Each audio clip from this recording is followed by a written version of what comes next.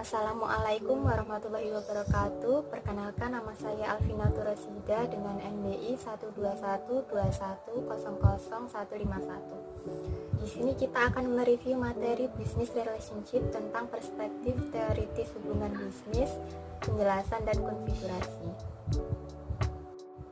Pendekatan teoritis dalam Business Relationship terbagi dalam 4 fase. Fase pertama yaitu tentang fenomena dan pemasaran jasa. Fase kedua yaitu deskriptif, definisi, dan juga karakter dari business relationship.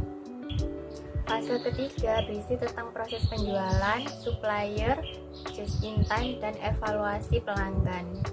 Dan yang terakhir yaitu fase keempat, semua yang berhubungan dengan pengiriman dan pasokan baik langsung maupun tidak langsung yang melibatkan supplier.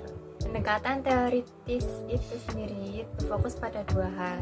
Yang pertama yaitu hubungan antar perusahaan atau disebut juga dengan supplier dan pelanggan, dan yang kedua hubungan antar konsumen yang membeli dan menggunakan jasa pada bidang pemasaran jasa.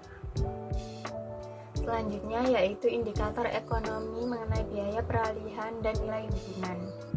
Ada 3 indikator ekonomi, yaitu yang pertama efek pengikatan dari biaya pengalihan, yang kedua yaitu efek royalitas dari hubungan bisnis, dan yang terakhir yaitu mengenai komitmen dalam hubungan bisnis, interaksi antara nilai hubungan dan biaya pengalihan.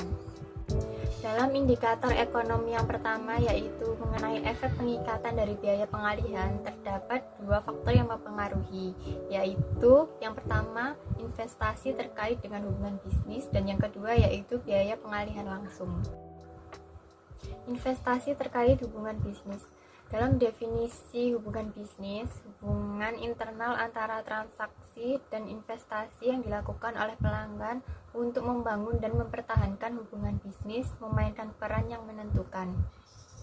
Seluruh biaya yang telah keluar dalam rangka mempertahankan hubungan bisnis dianggap sebagai investasi.